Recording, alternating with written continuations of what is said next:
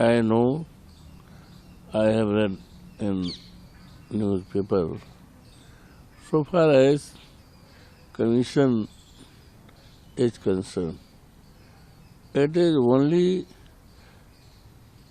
for the purpose of divert the mind of the people, to divert minds of the crowd, and it has no evidentiary value.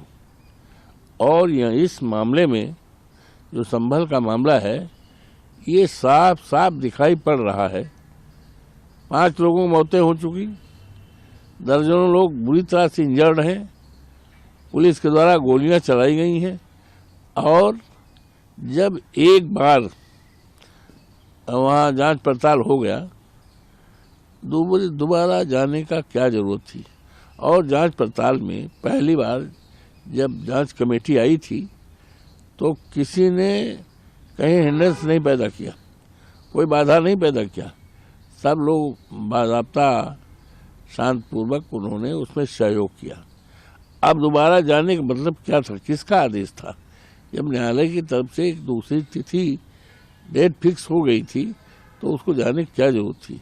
तो ये पूरी तरह से वहाँ का police प्रशासन, वहाँ का जिला प्रशासन पूरी तरह से जिम्मेदार है।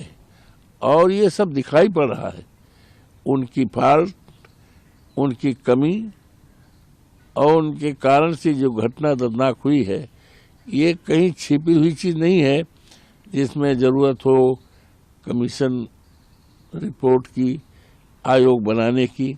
आयोग की रिपोर्ट हम जानते हैं 2-3-4 महीने में आयोग की रिपोर्ट आएगी और इसका कोई कानून में एविडेंसी वैल्यू नहीं हुआ करता, सो फार एज आई नो। और ये केवल for the purpose of to divert the minds of the crowd, to divert the mind of the people, कि उस घटना पर से ध्यान हटाने पर।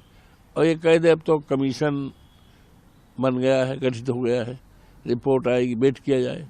तो ऐसे मामले में तत्काल सरकार को हस्तक्षेप करना चाहिए और जो भी दोषी हों उनके खिलाफ कार्रवाई की जाए और आगे इस तरह से कदम ना हो, इस प्रदेश की शांति व्यवस्था कायम रहे, शांति व्यवस्था खंडित ना हो, उसके लिए कदम उठाना।